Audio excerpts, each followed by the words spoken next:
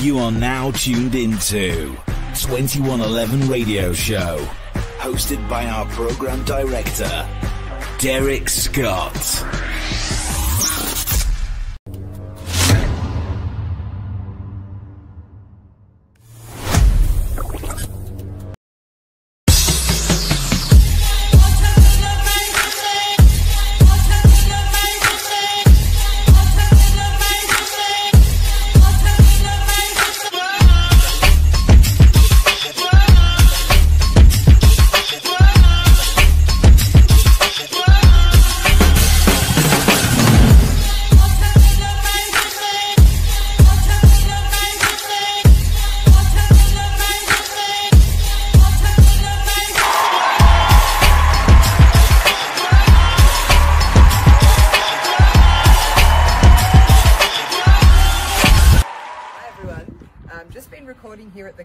Today in Nashville.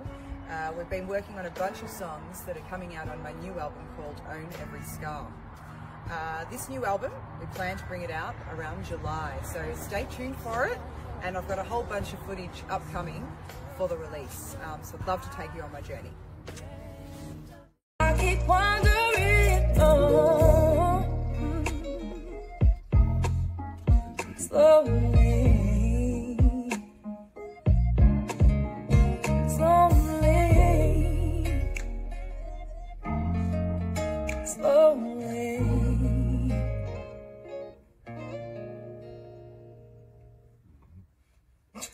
It's good. It's good. Yeah.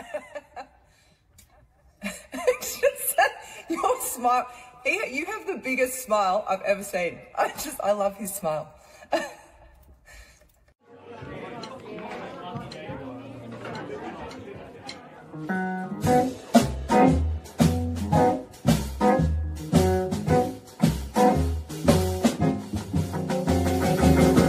don't want to be no slave. I don't want to work all day, but I want you to be true. I just want to make love to you, love to you, oh, love to you, to keep me warm when Mondays, Tuesdays go cold. Love all my life to hang and to hold.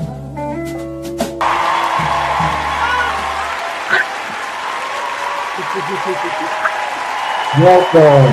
All right. All right. Listen, welcome to the 2111 Radio Show. I'm your host, Derrick Scott. I have Nardia in here. Listen, first of all, she's down under. She's actually in Australia. Welcome to the 2111 Radio Show. How are you doing today? Oh, I'm doing great. Thank you so much for having me on your show. It was such a surprise to see you play a few of my little situations and clips. Oh, yeah. Oh, yeah. Oh, yeah.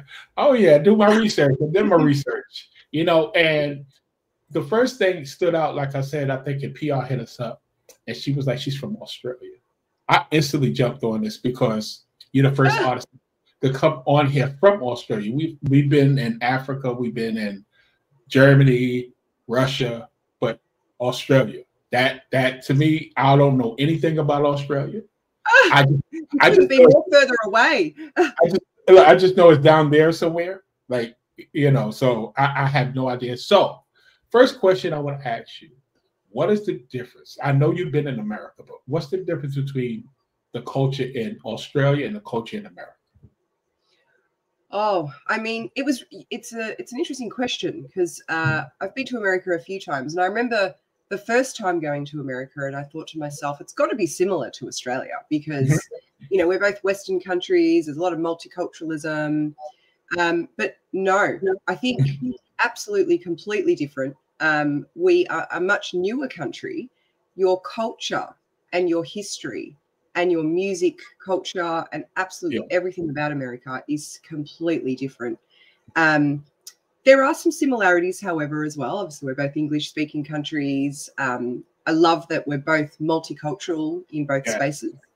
But, yeah, I think America is just so much bigger than Australia. Everything's so much bigger. Your portion sizes of food, your buildings, your houses, like they're just so much bigger than Australia. Wow. The portion, let me tell you. So now I'm asking you a question. When the first time you came in America, what was the first thing you eat? What did you eat? True. Well, I think the first place I landed, and this was when I went about 15 years ago, the first time ever I went to America.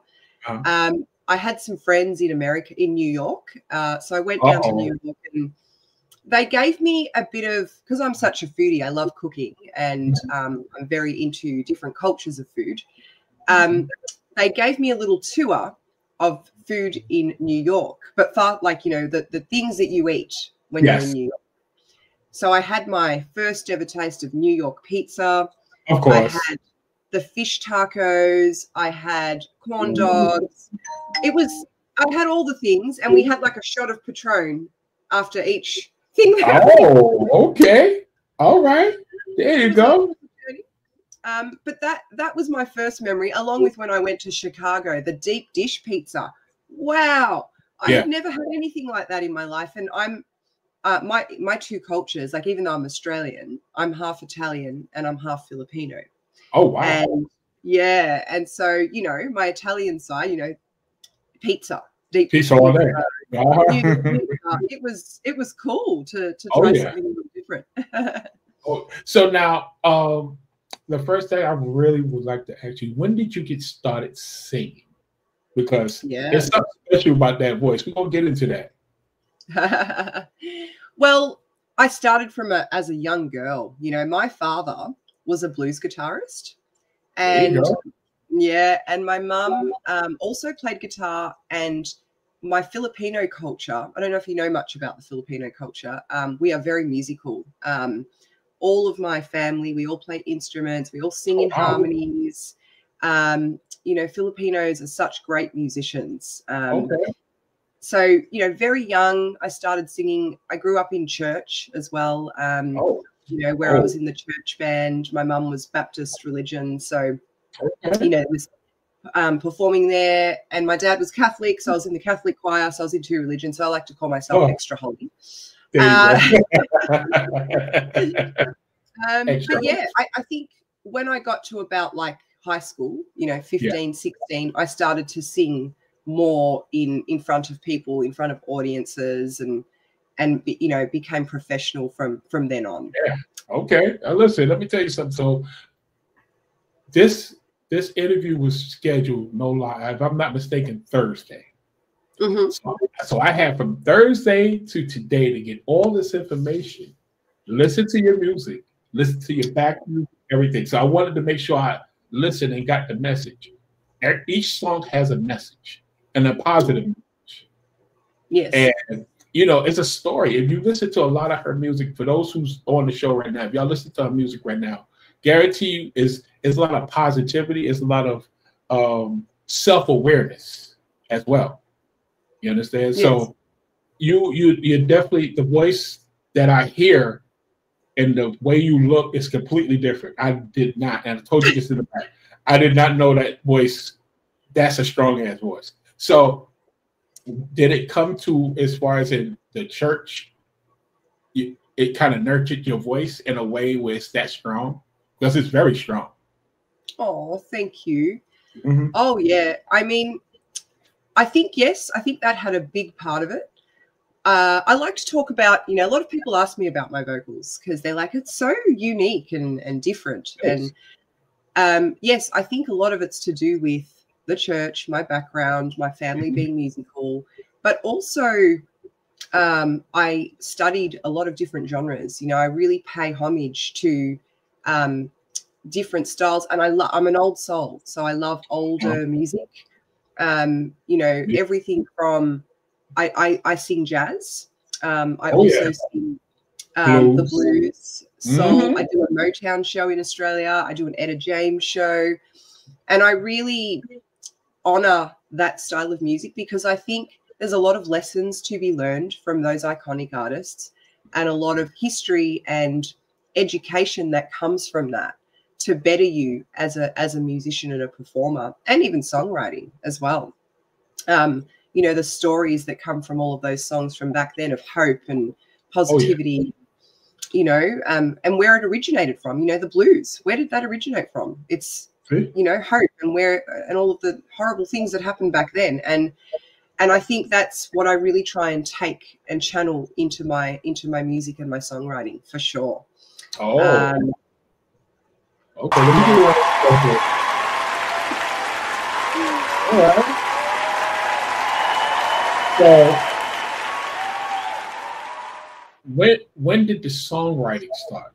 Was it at the same time you singing, or it just came along as you kept singing? Well, I started writing poetry from a young age. So I remember when I was like 5 years old, I was writing a poem about my mum because I loved her so much, and I have exactly the same hands as hers, and I wrote this beautiful poem. And I can't remember it now, but it was about us sharing the same hands and her being my mother and how wonderful that was. And I was singing as well. And my teacher, when I was at 5 years old, actually spoke to my mum and said, I have to tell you something about your daughter. She's extremely talented. Not only is she writing really great poetry, but she's also a really great singer with a strong voice at such a young age of 5 years old. So it started there of the poetry. But when I got to around, you know, 14, 15, 16, I started to take my songwriting a lot more seriously.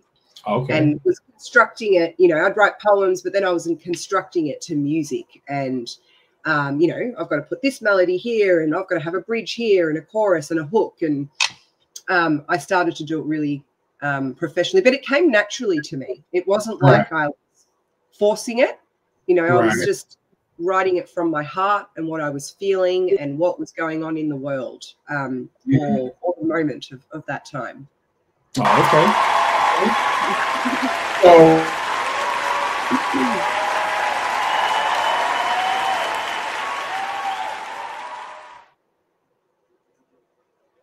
For a second. You can hear me? I can hear you. You've frozen. But oh, you're back. You're back. There we go. I'm back. So now I'm asking this question. Being a songwriter, and the songs that I hear, are these some experience that you've been through over the years? Because it's a lot of stuff that I'm hearing, and it's like the way you're singing it is so personal. Yes, it's so personal. I can hear it in your voice. The strength in your voice and the hurt and the positivity is a lot. So and that I only been listening to her music since Thursday. So I did a cram course, and I'm noticing that it's a lot of positive, but it's a lot of experiences that you probably been through. So that's connection. I think that's a great connection, because a lot of people been through a lot of things, and a lot of people looking for something to familiarity. Because if you went through it and they went through it, you could probably work together to get through. Yes. So is that one of the positive things that you've been trying to do with your music? Yeah, and I mean, look, that's really great that you're picking up that, because for me, that's really what I aspire to do. And you know, there's so many ways that you can approach a situation or write a song. And for me, everything that I stand for as an artist, and what I want to achieve, and you know, I'm all about making a difference and giving back to people. And I have had a lot of trauma. I have had a lot of ups and downs, and so has anyone, you know. And I think the one thing that I've learned from all of this is it doesn't matter who you are, where you come from, what trauma you've had, all of those different things. It's those imperfections and those struggles and those things that actually make you perfect and unapologetically you know, and we shouldn't be ashamed of that. You know, we shouldn't. And my new album that's coming out, it's going to be titled Own Every Scar. And that's one of my new songs that is a part of that album. So I can't wait to release that one. And really, that is exactly what it's about. It's like, wear your scars with pride. And and make sure that you become a better person from that, because we're all going to, experience things, and we're all going to be hurt, and we're all going to experience pain, but it's how you navigate through it and the learnings that you take out of that and how you carry yourself forward. I think that's, and I hope that, you know, that's what my music does for people. You know, that's, you know, I remember I did a gig about 6 months ago, and I wrote this song called Train of Chance. And it's not a I don't think it's going to be a hit song or anything like that. It was a song I wrote a long time ago, and it was about anxiety and depression, you know, and about a lot of us, you know, mental health is climbing. And I wrote it and I spoke in front of the crowd, and I said, you know, I've had my fair bouts of anxiety and depression where I couldn't get out of bed. And, you know, I hope that this song that I've written can help people to understand that you might go through this bout, but you'll be able to overcome it.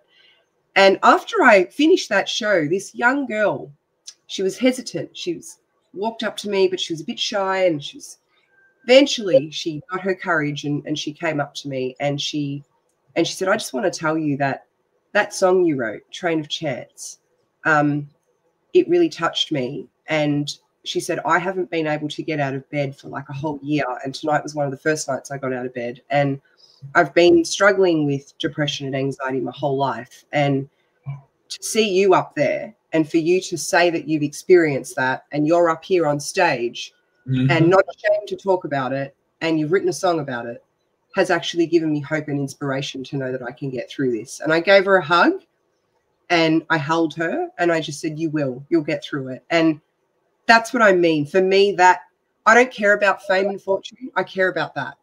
Exactly.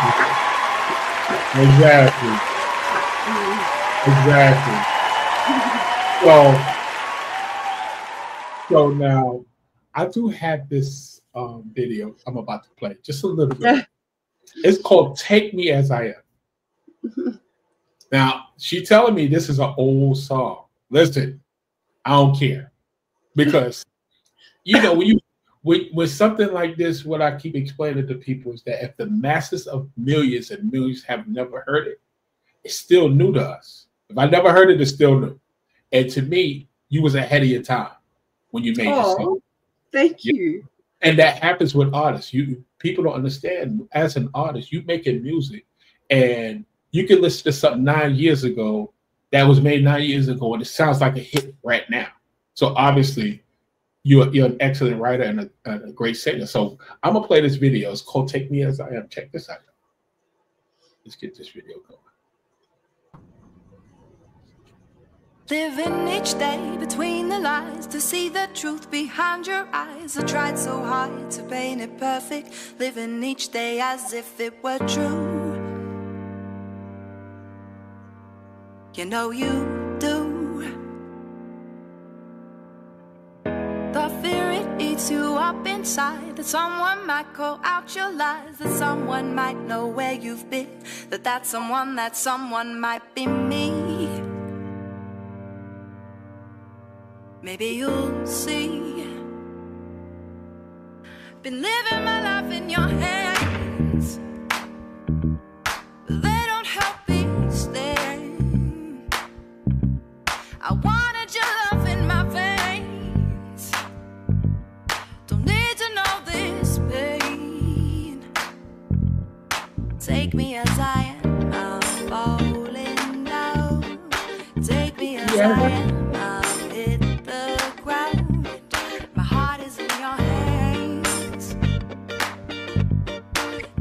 As I am. Take me as I am, I'm falling down. Take me as I am, I'll hit the ground. My heart is in your hands.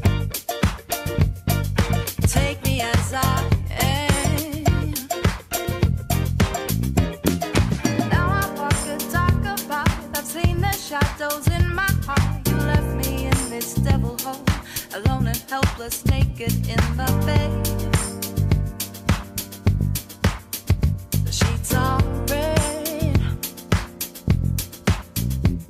and though I see myself in you and all the shit you've put me through, and I can see a way to be a lover, so I end up just a whore.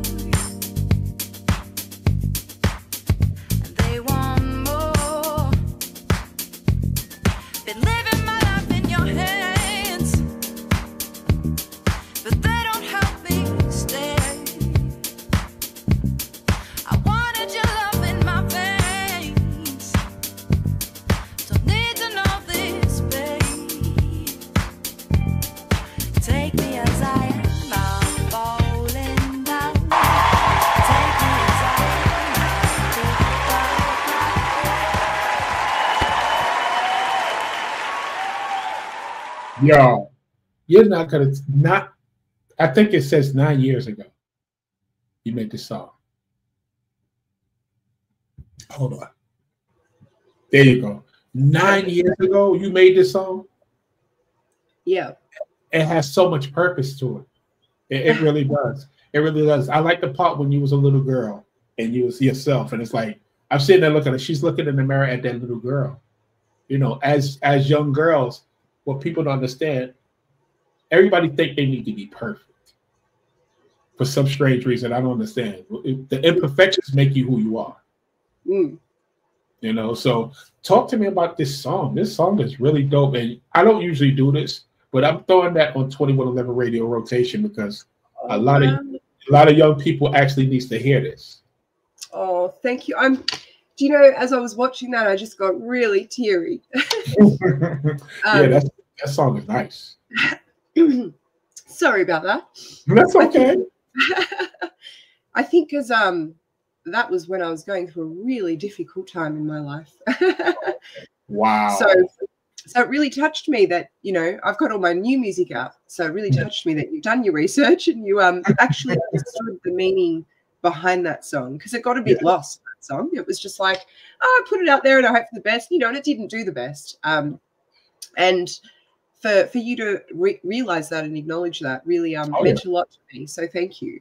So yes, that song, yeah, I think, you know, I'm not going to go into all the details of my trauma, but I'm going to tell you something. You can say and do what you want. This is your moment. This is your show right now. We here with you. I'm feeling this vibe. The vibe is great in here. And the energy is crazy. So you could talk.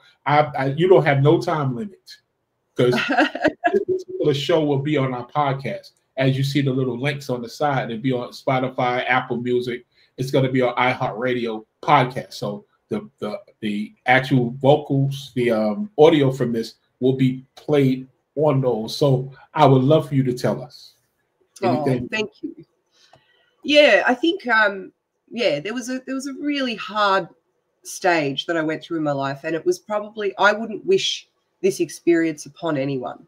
You know, I think it was really horrible, and I won't go into the details, but it really hit me for six, and it spun me completely upside down. And there was a stage in my life where I couldn't work, I couldn't perform, and I was literally out of action for a whole year and a bit.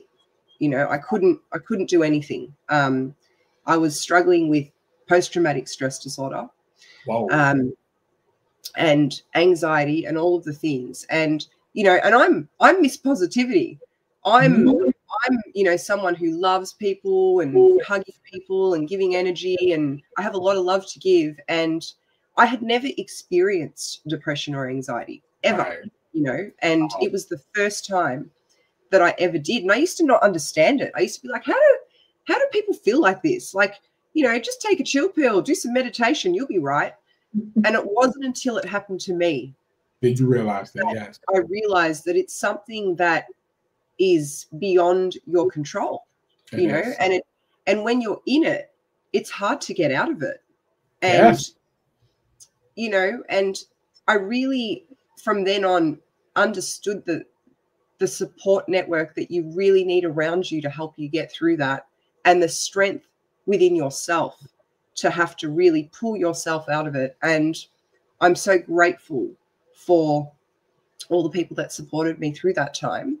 And I wrote that song, and I wrote that song, and I worked with a producer called Ryan Ritchie from Rhino Productions. So a different producer to who I'm working with now.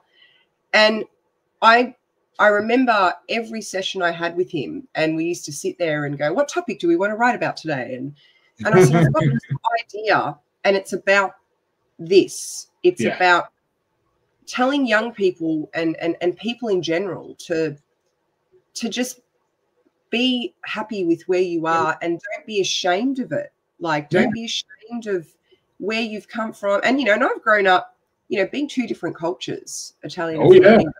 Yes. I experienced racism too, you know. I experienced how, you know, people not being understanding of my two different cultures, and it being strange. And, Yeah, and so that's really the message I wanted to give. You know, I really wanted to say to people, doesn't matter if you're falling down, if you've hit the ground and you failed, just own that failure and just rise above it.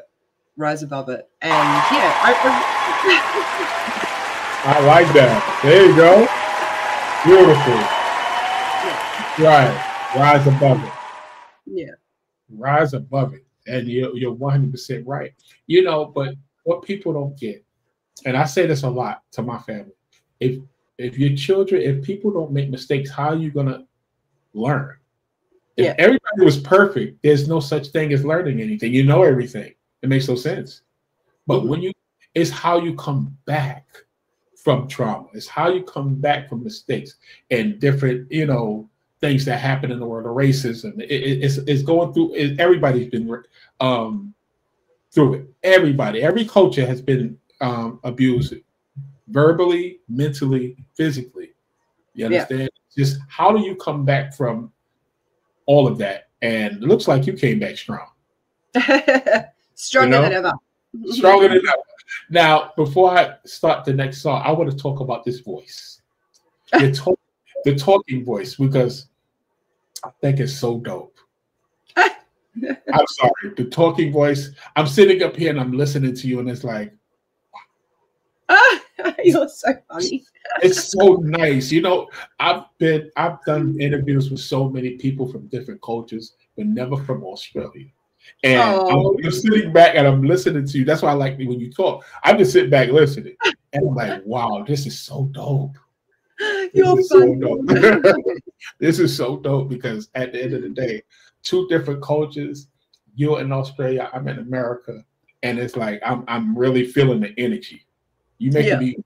I hope you feel comfortable here because this is. I really do. This has been one of my most favorite interviews. Like, see, you've researched. You know, you've really understood my message. I couldn't, you know, think of anything better. So no, I'm loving this. Exactly. I wanted you to feel at home, you know, because this is the safe place for a lot of artists, a lot of actors, a lot of entrepreneurs. We have different people on the show. So when I heard that you was from Australia, I'm not even gonna lie, I jumped at the bit. I did. I jumped at the bit. I said, oh, hell yeah, we're going to do this. I'm not waiting. Hell no. We're going to do this right now. Yeah. So, and then I heard your music, and it's fabulous music. It's literally really, really good. Now, you have this naughty song. All right? You have this naughty song, Put Your Hands on Me. Now, I do. It's a beautiful video. Beautiful video. I will play a little bit of it so people can actually get to see this because now how old? I think this song is like 2 years old, if I'm not mistaken. Yeah. About 2 years old, right? So we're gonna get into this song because again, you're making some really dope music, and I want to be able to help you keep it going in America. You understand? That's what we do with independence. So now, here you go. Okay, so I'm gonna play this video and we're gonna come back with Nardia. Check this out, yo.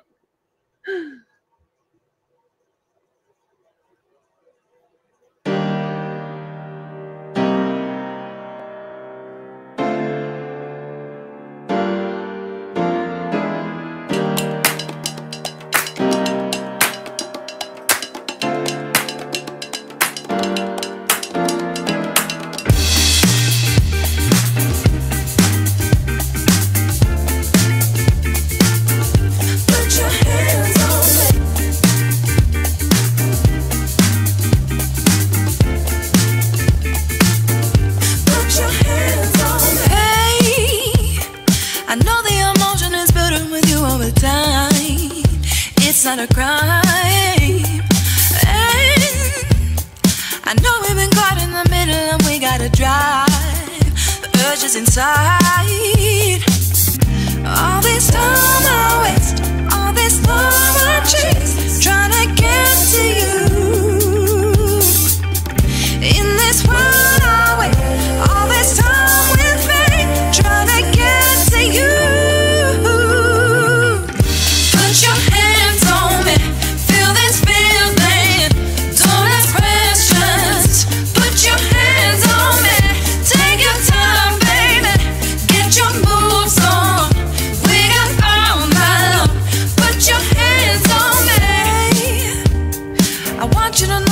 secret, we're keeping it safe. I like the pace. I don't know what this is, but feeling like I wanna stay. It's not a mistake. All this time I waste, all this love I chase, trying to get to you. In this world I wait, all this time with faith, trying to get to you. Put your hands on me, feel this feeling, don't ask questions.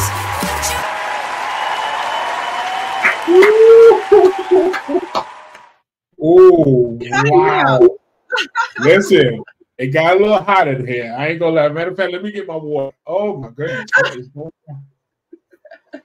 Listen, now the funny part is I didn't see the whole video. I didn't see that part. I just see the first part. Yeah. So I'm like, wait a minute, hold on. That was that. First of all, the song is dope, but I love the video. I love this video. I love the message. Talk to me about Put Your Hands on Me. Well, it's very self-explanatory, isn't it? It really is. Beautiful I song. think, look, this song, you know, I was working with Ryan Ritchie, the producer, and he had the track, right? And the first thing that came to my head when the hooky thing, I was like, put your hands on me. It just sort of came to me. Yeah. And as I was going through the song and writing it, and then, you know, through the concept of the film clip as well, what it really is about as a woman, as a female, a lot of the time, it's kind of like bad if you're a female to express your sexuality. Oh, yeah. You know, if a guy sleeps with like 5 different women, he's a hero. But if a woman does it, they're a bit of a tart, you know. That is true. That is true. You know, I'm a woman that likes to empower other women, and you know, I bought my own house. I have my own job. I've done my own career. I don't need no man. And so for me, that song was really about, you know, empowering women to express their sexuality in whatever way, shape, or form. You know, you know, if it comes to, you know, the LGBTIQ and all the other acronyms that come with it, community, I'm all for it. You know, however you want to present yourself or however you feel, you know, that's really you own that. That's, you know, and take pride in that, because no one should tell you what you can and can't be. And really, that's what that song's about. It's about allowing people to express their sexuality. Oh, yeah. And look, that could be looked upon negatively, but in my eyes, I don't think it should be. I think that we should all feel comfortable and safe to be able to express that side of us. So that's exactly. You know, so it's funny. It's funny now, if you listen to this song, the 2 songs that I just played, if you really listen to the messages from the song, that song I just played called Take Me As I Am and Put Your Hands on Me, it kind of connects. It kind of connects, because basically it's saying, take me as I am, flaws and all. You understand? And then this is Put Your Hands on Me, and it's given so many people different messages, positive messages, because it really is. Women, men, different genres, it doesn't matter, because at the end of the day, it's all about living your life the way you choose to live it. That's right. And you should, you know what? And no one should judge you. No, judge. No one should judge. No, only the man above can judge. That's right. Only God should judge you. Exactly. So now, I want to ask some questions about outside the, you know, music genre of, you know. So what is a pet peeve of yours in the studio? Something that just irritates you. What irritates me in the studio? In the studio, somebody could do something like you're not vibing right because somebody's either not on time or the music is not connecting with you. What is one of your pet peeves? One of my pet peeves, I must admit, when I'm working in a studio, first and foremost, I don't like people who are really late, because if you are trying to, we're here to work. Like, yes, it's creative, but I don't like it when someone says they're going to be there at a certain time and then they don't. So that's probably my first one. But probably my second one is when I'm in that kind of creative process of writing, one of my most favorite things to do is to layer harmonies. I'm a harmony queen. I grew up in church. It was all about harmonies. Okay. And I do a lot of BVs for other artists too, because I love harmonies. I've been in choirs. I've, arranged harmonies for people, and I can do them on the fly, on the spot. Wow. Because they just come so naturally to me. And I'm in a studio and a musician says, and I'm trying to find the harmony, and then they come in and they're trying to give me the harmony when I'm trying to work it out. Because sometimes you need a little bit of time if they're intricate, and then they just sort of come in and go, do it this way. And I'm like, just give me a moment. I just need to. Probably that is a pet peeve of mine. I'm trying to work out first, the third, or the fifth, but that's it really. I'm pretty easygoing as a person, and I'm very collaborative. I love working with other people and sharing creative ideas with each other. So they're probably just little things, That's all those is little things. That's good. Listen, let me tell you. So what I would like to ask you, is it true that you actually was invited and allowed to sing for Beyonce and Adele? So, yes. So when they came to tour in Australia, I played in their VIP lounges. Wow. So they did the big arenas, and so even for Pink as well. So Pink came and I did 16 of her shows because she's very popular in Australia. And so, basically their VIP guests or people who were like hardcore super fans that paid really expensive tickets that were like over $1,000. I was their warm-up act, and I was chosen by their management company. So, yes. Beautiful. That's beautiful. That's beautiful. Yeah. I felt honored too. I was like, Beyonce and Adele want me to be in their VIP lounge? Wow. That's beautiful. That's beautiful. I mean, who would get a chance? I mean, those are two icons. Yes. Like, literally two icons. It could have been anybody, but Beyonce and Adele? Yeah. Wow. Two powerhouse female vocalists. Yeah. Ooh, you had to be nervous. Was you nervous? I was nervous, but, I think at the, like them, I just enjoyed the ride. This is a great opportunity. I'm just going to give it my all and sell it. And I even covered a couple of their songs too, because I wanted to honor them before they went on to their shows as well. I did some originals of mine, but then I was like, I'm going to do a Beyonce song for you, and I'm going to do an Adele song for you. There you go. Yeah. Exactly. So now, have anybody ever compared you to certain artists? Which artist you been more compared to? Do you know what? Yes. Yes. It's been so interesting. Since my journey from, I don't know if you know how I ended up getting to this position. We can go into that later, but I was in a competition earlier in the year and came to five in America. And so since that kind of journey's happened and I've started performing over there and recording, and people have been starting to hear my music, I've never thought that I sounded like these people, but yeah, a common person that keeps coming up is Amy Winehouse. Another person. So funny. Watch this. Look. That's now again, I didn't do this. I pre-did this. I never asked her this question. But why do I have Amy Winehouse here? You have a very strong voice. It reminds me of her. But it's Amy Winehouse. And this young lady. Corinne Bailey Rae? Yes. Yes. Everyone keeps telling me about her too. It's amazing, right? That's completely amazing that I had these pictures pre-here and I felt it because I could feel it in your voice. It reminds me. But to me, like I said, your voice, like I said, it carries. You have a jazzy, soulful, R&B-ish blues voice. It's like you got so many things in one package. How do you even come about that? Is that automatic? Do you purposely do it, or that's just how it is?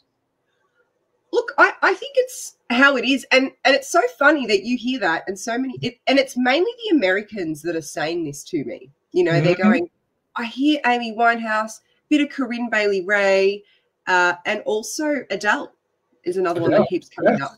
Yes, and I wondered about that, and I thought to myself, maybe it's because of my accent, you know, because of the Australian accent, and it's close to the English accent, maybe my phrasing.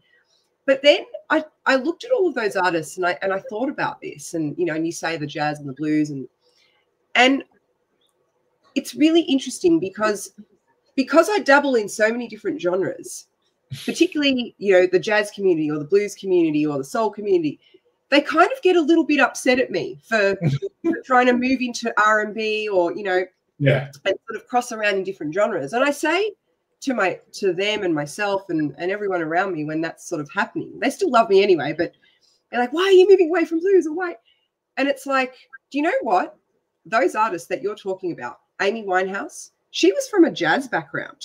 Yes, she was. And she crossed over and did a bit of soul. And, you know, Adele's very similar. She's a musician. She's, you know, you can tell she's got that jazzy background, and she's, you know, gone into her world of singer-songwriter and ballads. And I think those genres are what has given me the foundations to use my voice as an instrument.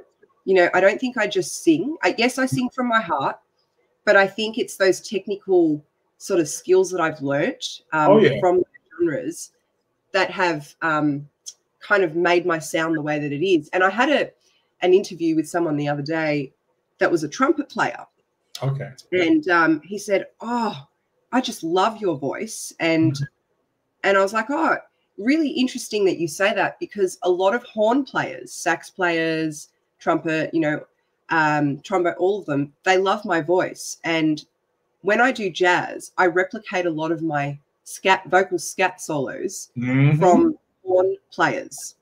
And it's really interesting that horn players also become attracted to my voice. So yes, how do I blend them all together and why? Like I said, it naturally comes to me. I love old music. I love, you know, the foundations of jazz and blues. Like for me, jazz and blues are just really, I hold it close to my heart. You know, jazz gives me the opportunity to improvise and use technical skills with my different notes that I achieve, but blues is more raw and gritty and, you know, and I can really growl and become one with the song in that genre. So why not mash them all together into something contemporary and unique and different? Exactly.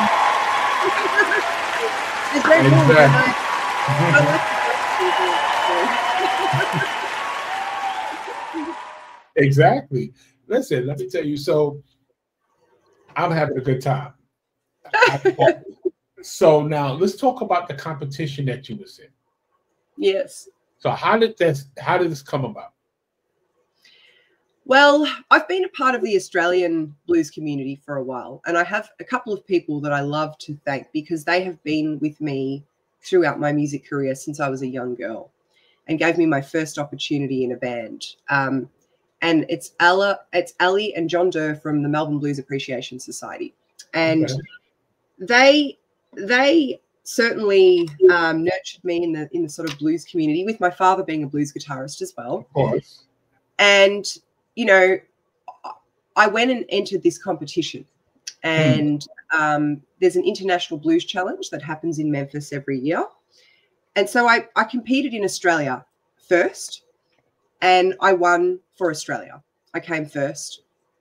And so out of that opportunity, that was in October last year, it gave me the opportunity to be flown over, all paid expenses with my band, to go over to Memphis and compete in the International Blues Challenge. So in January this year, I went over, and I thought to myself, I actually, for the very first time, because I've been doing music for a while, got very nervous. I thought, how do I compete with American musicians? Like, you guys are insane. You know, little Nardia from the land down under. How am I going to do well in this competition? But you know what? I went with it. I sang from my heart. And, you know, I got to like the first day, the first heat, and you Americans just embraced me. Of course. I got off that stage and I was not left alone. I was hugged. I was told how much, you know, they loved me and my songwriting and my storytelling. And eventually just kept going from heat to heat to heat. And there was a set in the heat where I had to increase the number of songs that I did. And so I decided to bring in Etta James's song, I'd Rather Go Blind. Wow. As one of the songs that I did. And so I performed it. And I remember getting off that stage, and as I was walking out, this tall black guy comes up to me and he goes, "Girl, I'd go blind for you any day." And it was just really funny. And eventually, you know, I remember the night before the finals, I got into the semi-finals with my band. And the night before the finals were being announced, I was at a bar and I was just drinking. You know, I was having a few drinks. I was like, this has been a full-on journey. There you go. Let it loose. There's no way we're going to get into the finals. There is no way. Like, come on. The caliber of musicians here. Anyway, the live announcement comes out and I hear my name. And I go, are you for real? And I looked around at all the musicians because I made friends with them all. Like, we were all such a supportive little community. And I looked at them, I'm like, did they really call my name? They're like, yes, they called your name. And I'm like, no shit. Yeah. And we got into the finals. And I was the first Australian band to ever get into the International Blues Challenge finals. And I was the only female represented in that category of the band. Wow. And all of the other bands had like double drummers, horn sections, BVs, like big 7 to 10 piece bands. I just had a little 4-piece band. Just killed. You know? Yeah, with my amazing guitarist that I brought from Australia, the drummer and the bass player. And we killed it, and I'm so proud of them. And we didn't win, but in my eyes, we won. Exactly. Won. Yeah. Now, let me tell you, you was a winner. You was already a winner. You won. And all the eyes of the people, I know they voted, but the people really chose you. You understand? The reason we embrace your music is because it's different. It's something fresh. And we will always appreciate something new so we can tell everybody. Oh, I just heard Nardia. Who's Nardia? Oh, she's from Australia.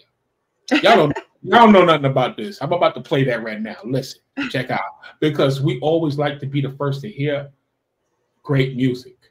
You understand? A great vocalist. You look at Nardia right now, you be thinking, oh, she got this high-pitched voice, or she has this tenor high pitch, and the next thing you know, she's sounding strong. It's like, oh my God. Like, what's going on? And it's very soulful, like I said before. Very soulful. If you close your eyes, I'm telling you, I don't think you're from Australia. You're American. I feel at home when I'm in America. I feel at home. You don't hear no accent. How is that possible that you could talk to me with an accent, but you sing and I had nothing of an accent? It goes completely away. Yeah. I think, see, this is the thing about music, though. It all unites us. It brings us together. And you don't hear accents a lot of the time when someone's performing. You hear heart. You hear heart and soul. And that's really what it's about. You know, and so yes, look, I am Australian. I am of different cultures. And it's really interesting because I am an extrovert by nature. I'm loud and I love talking to people, and Australians are more reserved. They're more chill. And so a lot of the time I'm like, when I walk into a room and they're like, Nardia, calm down. You don't need to calm down. Be yourself. You embrace this side of me. And a lot of you are extroverted over there. So honestly, I feel so at home when I'm in America. I absolutely love you guys, and I can't wait to come back. Exactly. Very soon. So what I'm gonna do, what I'm about to do, I'm about to put this picture up. First of all, it's a beautiful picture. Oh. Let me tell y'all something. This is excellent right here. This is perfection. What is going on in this picture? Oh, you know, I've got some chips in my hand. Yeah, look at that.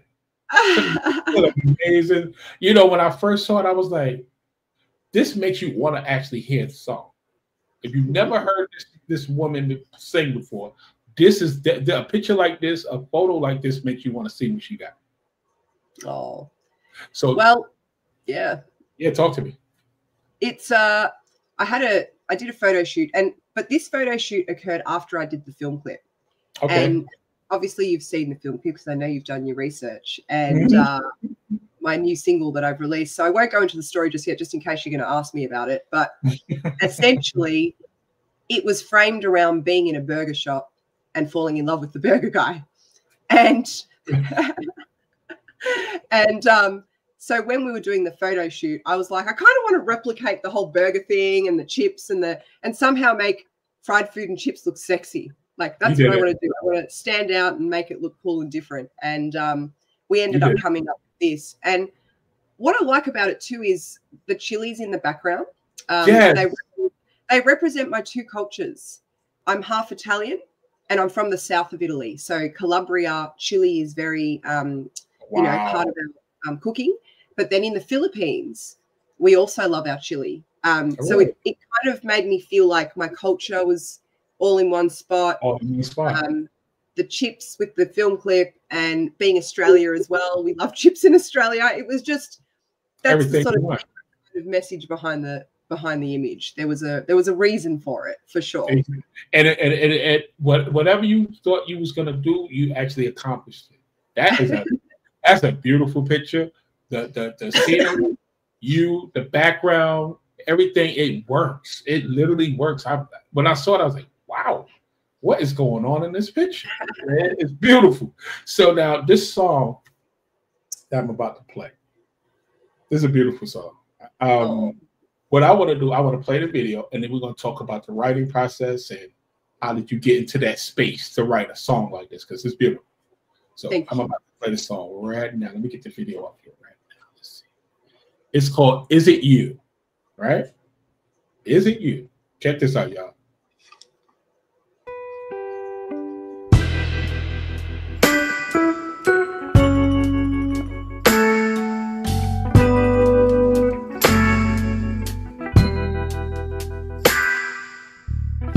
Ever since I saw your face, ever since you took my breath, I dreamt of you. I can spend 1,000 days, smell 1,000 flowers, my heart grows, it blooms. I wanted you to notice me, take a moment for you to see that I'm into you. My heart is racing constantly, beating out of time, but my mind is so confused. I can't take anything. Am I dreaming? Or is this true? I can't take anything. Am I dreaming? Or is it you?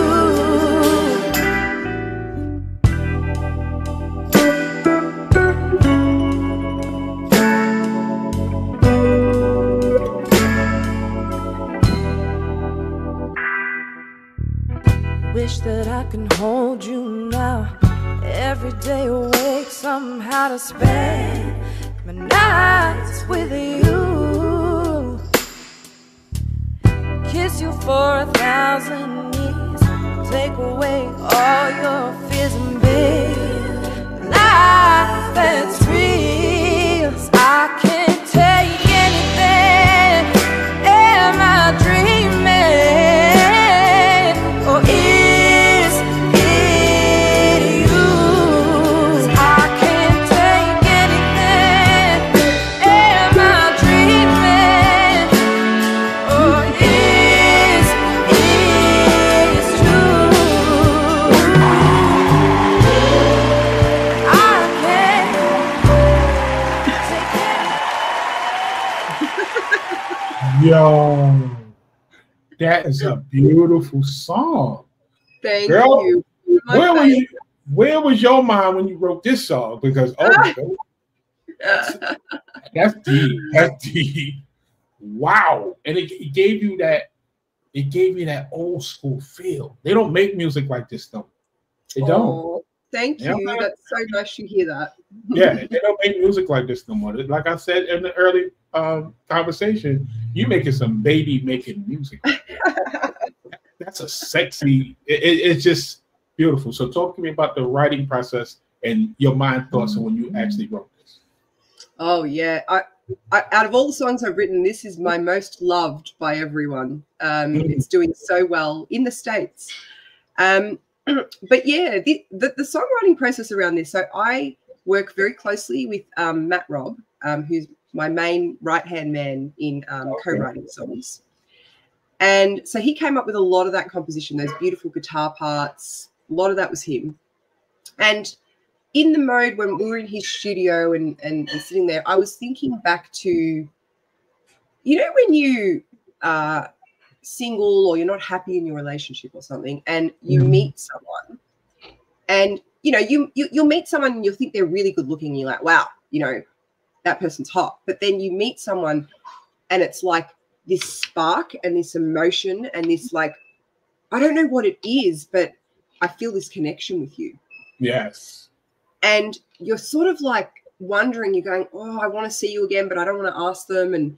But you know that there's something there. And you're like, what is this spark and what lies beneath this spark?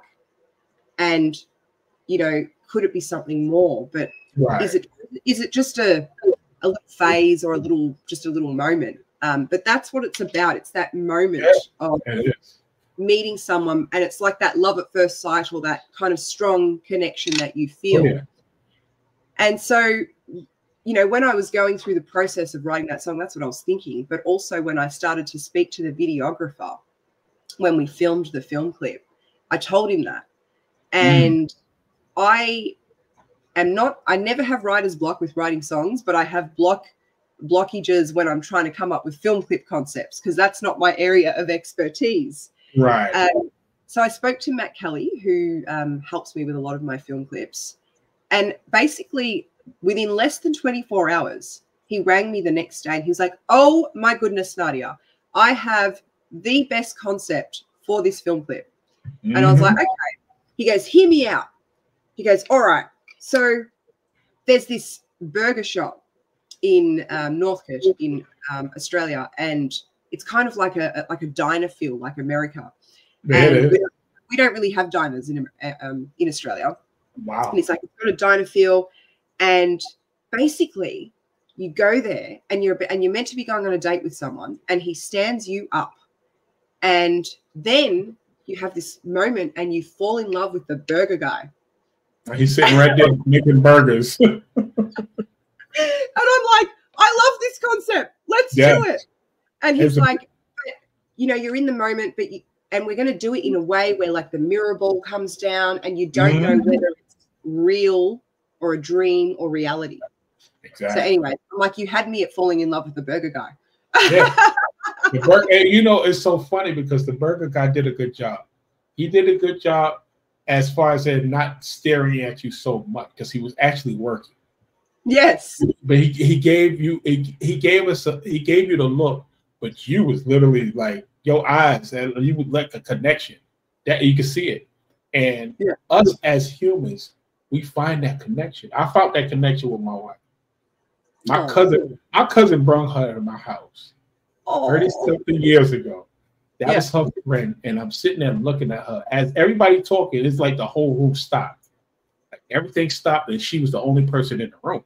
So that's exactly what that song is about. Like you don't see nobody else in the room. There's nobody else but you and him. Exactly. So I get it. When I first saw the video, I was like, oh wow, this reminds me of back in the days. Like I said, they don't make music like this. Yeah. Oh, that's great. Well, I hope that's what the song does. I hope it brings back that memory or spark that you first felt with your current partner, or you know, or the new partner. That's there. It is exactly. You know, love is strong. You know, it never dies out. It just some people just don't know how to harvest it. They don't know how to keep it, and that's the problem, because people like this song called Music Soul Child. People take love, you know, they take it for granted. You know, you don't supposed to take it for granted. You're supposed to cherish it. And a lot of people like to play games. And, you know, listen, this is 2025. Those games, that's you got to cut that out, because what's going to happen eventually, you're going to be alone. Yes. You're going to be alone for playing games for so long. And now you're about 60-something years old and you're still single with no kids. And it's like, wait a minute, why am I here? So, yeah, so, you know, I take homage to the song. I love the song. And again, that's another song that they actually sent us, and we added that in rotation as well. Oh, thank you. That's the one that I just released recently. Yeah, yes, it is. And I'm about to release another one very soon. This is beautiful. So now you have a show coming up in July, correct? If I'm not mistaken. Yes, I'm coming back to America. Yes, you are. Where can we see this show? Well, I'm doing like a little mini tour. And I wasn't meant to be coming back, but I got approached by quite a few venues and festivals to come and perform. So I was like, you know what? Let's go back again. Let's do it. So this is my third time this year coming back to the US. I'll be playing at the Deadwood Blues Music Festival, which is in South Dakota. Okay. Up there, Rapid City. There's a couple of shows I'm doing up there. I'll be going back down to Chicago as well, playing at Buddy Guy's venue. And I've got a few more shows that are in the works, one in New Hampshire as well. And eventually I'll be making my way down to do some shows in Nashville. There we go. Is this your website? Yes, yes. But I've only got one show up on there at the moment in America. Yeah. But I will eventually put the rest up. So visit my website for more details, or all my social media platforms. There you go. Listen, get those tickets. The tickets is on sale right now. Y'all better go buy those tickets. So I want to finish the show on this note, because I think you're going to have fun with this. Okay. Okay. If you could listen to one song for the rest of your life, what song would that be? Oh my goodness, that is so hard. How do you pin it down to one song? One song for the rest of your life. I admire Carole King as a songwriter. Oh, okay. Yep. I love lots of different artists, but for me, like, yes, there's the voice, but then there's also the skill of songwriting. And Carole King has written so many amazing, what I call anthem songs. And, you know, Natural Woman, for example, and then Aretha Franklin just took it to a whole other level. Yeah, sure did. And then one song she wrote was You've Got a Friend. And I love that song, because sometimes we forget the people around us that are around us all the time, and, you know, your family, and you forget to check in with them, but really what we should always be doing is keeping those people that are around us as our support networks, and not taking that for granted, as you mentioned earlier. And yeah, I think that I love that song, because me as a person, I want to be that friend to everyone. You know, when you're down and troubled and you need a helping hand, just call out and I'll be there for you. And I think it's a beautiful song. And yeah, That's probably one I'd love to listen to for the rest of my life. But I have so many more, but you put me on the spot with one song. And that's a hard choice because I have so many favorite songs. Yes, yes. So now I'm about to show. So what you, I don't know if you know, but this is our last show until August. Oh, this wow. You actually, this is the last interview I'm gonna have until August. We're gonna restart the show and have different more guests. But I would love to have you come back when that album. Oh, thank you. I would love to come back. Because I want to hear this album because I'm a fan now, and I just like I said, I'm the program director, so I love music. So I would love to hear this album all the way through. I like just listen. That's how we used to do it years ago. You put an album on and you just let it play. You know, now everybody got buttons to push, or they on YouTube and they fast forward. No, we don't need to do that. Just play it. Because as an artist, this is your art. You don't need to fast forward. Let's just see the message, because you do have messages in all your songs. All your songs. And I really admire that about you, that I could pick that up in the last, like I said, 3 days, I think.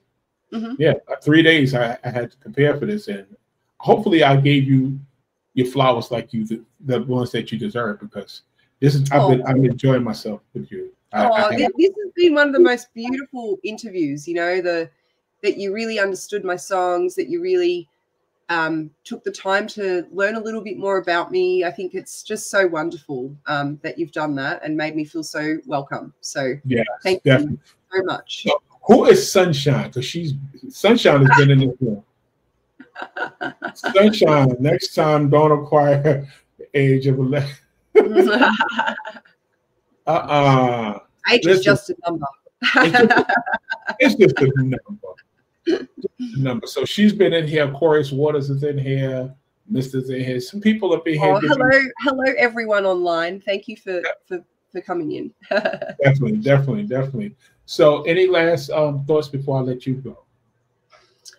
Any last thoughts? I'd say just thank you again for having me on the show. And if there's anything that I want to leave everyone with, and that is own your imperfections, because it's those things that make you perfect, and be unapologetically yourself.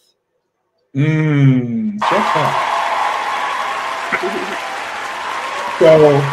on that note, we're gonna bid farewell to her. I would like to talk to you behind the scenes. I'm about to sign off, but I want to talk to you behind the scenes. You stay right there. You don't move. Everybody else, it was our last show. We'll be back in August. Like I said, I need to reset. I need to reset. It's been 300 and I think my 380th interview in the last 2 years. Wow, you've been busy. Yeah, it's been busy. I've been very busy doing this, and I would like to thank everybody for showing up tonight. I would like to thank your PR. They actually came to us, and I appreciate everybody, and I appreciate you. So we're gonna sign out right now, and then I'm gonna talk to you in the back, so you don't move. Okay. Okay. Much love. There it is. Talk to y'all soon.